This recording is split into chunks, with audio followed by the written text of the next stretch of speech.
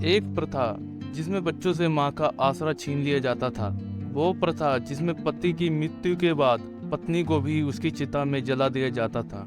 कई बार विधवा अपनी मर्जी से अग्नि चिता में बैठ जाती थी, तो कई बार उनको जबरदस्ती चिता में बैठा दिया जाता था। एक बड़ी लड़ाई के बाद हमारे समाज को इस कुप्रथा से 4 दिसंबर 1829 को मुक्ति मिली। नमस्कार दोस्तों, मैं हूं अमित।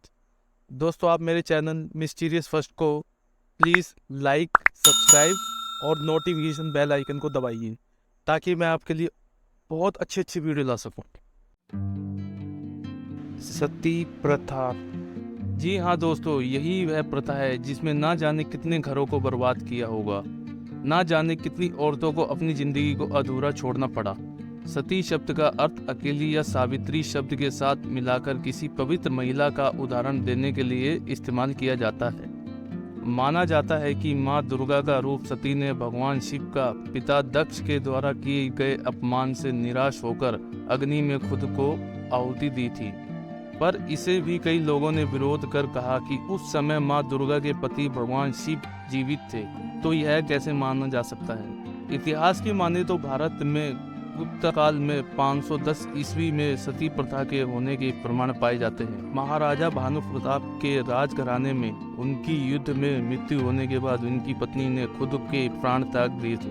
पहले इस प्रथा की शुरुआत प्राचीन काल में मानी जाती है, लेकिन इसका विराट रूप आधुनिक काल में देखने को मिला। सती प्रथा का पहला अभिलेख साक्ष्य 510 ईस्वी एरन में मिलता है। सब कुछ देखकर लोगों ने इस धर्म नीति का आदर करना समझा। कई लोगों ने तो इसलिए पत्नी को जबरदस्ती सती होने पर जोर दिया कि कहीं वह अपने पति की जायदाद का हिस्सा न ले ले। आधुनिक भारत के जनक कहे जाने वाले राजा राम मोहन राय को सती प्रथा को रोकने का बहुत बड़ा श्रेय दिया जाता है। उन्होंने विधवा पूर्ण विवाह को भी बढ़ावा दिया। देखा जाए तो हिंदू प्रथाओं में ऐसी कई कुप्रथाएं रही है, जैसे बालिका विवाह प्रथा, विधवा प्रथा, नियोग प्रथा, देवदासी प्रथा, पर्दा प्रथा। ना जाने ऐसी कितनी ही प्रथाओं में आज भी औरतों को जबरन सहना पड़ता है। डायन और टोहनी प्रथाओं में तो आज भी औरतों को पीट पीट कर मार दिया जाता है। सती प्रथा में 80 साल के बुजुर्ग के मर जाने पर 13-14 साल की पत्नियों को भी सती कर देना ना जाने कौन सा धर्म कार्य था। लेकिन धर्म के ठेकेदारों ने इस महापाप और अपराध को धार्मिक मान्यताओं का रूप कहा। बताया जाता है कि महाभारत में राजा पांडुकी के संग उनकी पत्नी मांदी सती हुई थी और कृष्ण के साथ उनकी 4 रानियां सती हुई थी। कई जातियों ने इसे पूर्ण रूप से लागू कर रखा था, जिससे इसे बहुत बढ़ावा मिला। सती प्रथा को बढ़ावा देने के लिए एक कारण और भी था कि जब युद्ध में पुरुषों के मर जाने पर उनकी पत्नियां आत्मसम्मान और अस्मिता को महत्वपूर्ण समझकर अपनी मर्जी से पति की चिता के साथ खुद का आत्मदाह करने पर विवश हो जाती थी। कालांतर में समाज में यह धीरे धीरे रीति बनने लगी। भारत में सती माता के मंदिर भी है, जिसमें सबसे ज्यादा राजस्थान में पाए जाते हैं। कहीं नहीं लिखा है कि हिंदू धर्म किसी भी रूप में समाज में फैली सती प्रथा का समर्थन करता है। यहाँ तक कि हिंदू धर्म के चारों वेद, ऋग्वेद, यजुर्वेद, सामवेद और अर्थवेद में कहीं भी नहीं लिखा कि पति की मृत्यु के बाद उसकी पत्नी को भी पति की चिता के साथ भस्म होना है। कई शोधकर्ताओं का मानना है इस प्रथा का प्रचलन मुस्लिम काल में देखने को मिला, जब विदेशी मुस्लिम आक्रांताओं द्वारा हिंदुस्तान पर आक्रमण किया जाने लगा और पुरुषों की हत्या के बाद उनकी औरतों को जबरदस्ती लूटा जाने लगा, तो औरतों ने जोहर की रस्म को अदा किया, जिसमें औरतों ने या तो कुएं में कूदकर या अग्नि में बैठकर अपनी जान दी। जब अलाउद्दीन खिलजी ने पद्मावती को पाने के लिए चित्तौड़गढ़ में नरसंहार किया, तो अपनी लाज बचाने के लिए पद्मावती ने सभी विधवाओं के साथ जोहर किया था। जिस बलिदान को याद रखने के लिए वहां एक मंदिर भी बनाया गया, जिसमें सती के प्रति सम्मान बढ़ गया और इस प्रथा को बढ़ावा मिला। इस प्रथा को धर्म नहीं बल्कि उस समय की परिस्थितियां भी कह सकते हैं। एक इतालवी नागरिक निकोला मनुची ने उसके साथ बीती आंखों देखी ठीक ऐसी ही घटना बताई कि जब वह ईरान होते हुए भारत पहुंचा था, जहां उसने मुगल दरबार में काम किया था। उसने अपनी एक पुस्तक में बताया कि मैं अपने एक साथी के साथ घूम रहा था कि हमने देखा कि एक हिंदू महिला अपने पति की जलती चिता के चक्कर लगा रही थी। हमें लगा कि उस महिला ने हमसे मदद मांगी, तो मेरे साथी ने मुझसे पूछा कि क्या हमें उसे बचाना चाहिए। तो मैंने तलवार निकालकर हाँ कहा और सैनिकों के साथ उनके पास भागे तो सब डर के भाग गए और वह महिला अकेली रह गई। मेरे साथी ने उसे अपनी घोड़ी पर बिठाया और हम वहां से निकल गए। निकोला मनुची ने आगे लिखा कि मेरे उस साथी ने उस महिला से शादी कर ली। कुछ महीने बाद जब मैं उससे मिलने सूरत गया तो वहां उस साथी और उस महिला ने एक बेटे को जन्म दिया और उस महिला ने उसकी जान बचाने के लिए मुझे धन्यवाद कहा। लेकिन दोस्तों, 19वीं शताब्दी में इसे रोकने के लिए एक बड़ी लड़ाई चलनी शुरू हुई, जिसमें लॉर्ड विलियम बेंटिन और राजा राम मोहन राय ने इस कुप्रथा का समापन किया। हुआ यूं कि सन 1790 में एक संयुक्त परिवार में जन्मे एक बच्चे का लालन पालन उसकी भाभी ने किया था। वह उसे बहुत प्यार से पालती थी, उसका छोटे से छोटा और बड़ी से बड़ी हर चीज का ख्याल रखती थी। वह एक बहुत अच्छी माँ की तरह उसका ध्यान रखती। सबके विरोध के बावजूद उसने उन्हें विदेश भेजा पढ़ाई के लिए।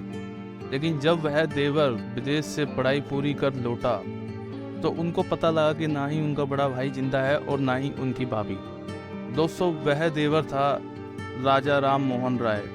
उसे पता चला कि बड़े भाई के मरने पर घसीटते हुए उसकी भाभी को शमशान ले जाया गया।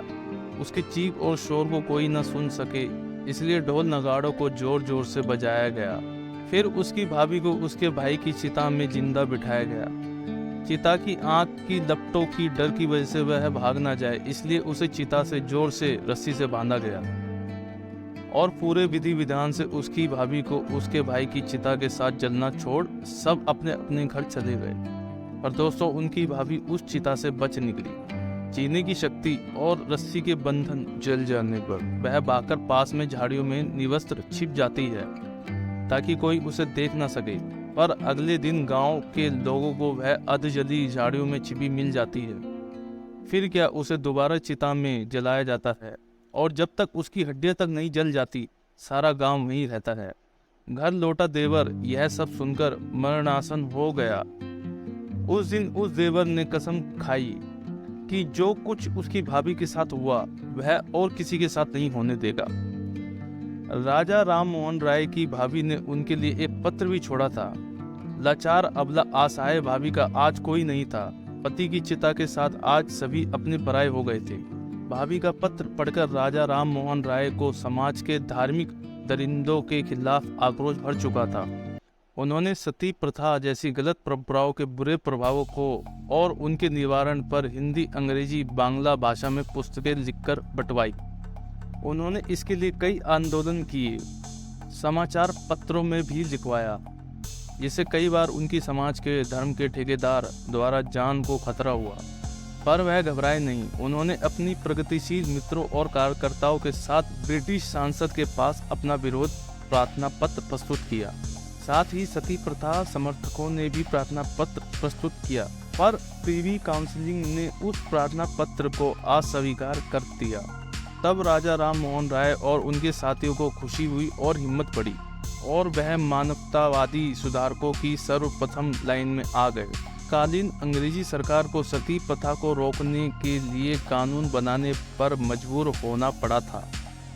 4 दिसंबर साल 1829 को लॉर्ड विलियम बेंटिन की अगुवाई और राजा राम मोहन राय जैसे भारतीय समाज सुधारकों के प्रयासों से भारत में सती प्रथा को पूरी तरह रोक लगी थी। 15वीं शताब्दी में कश्मीर के शासक सिकंदर और बाद में पुर्तगाली गवर्नर अलबुकर्क ने इस प्रथा को बंद करवा दिया था।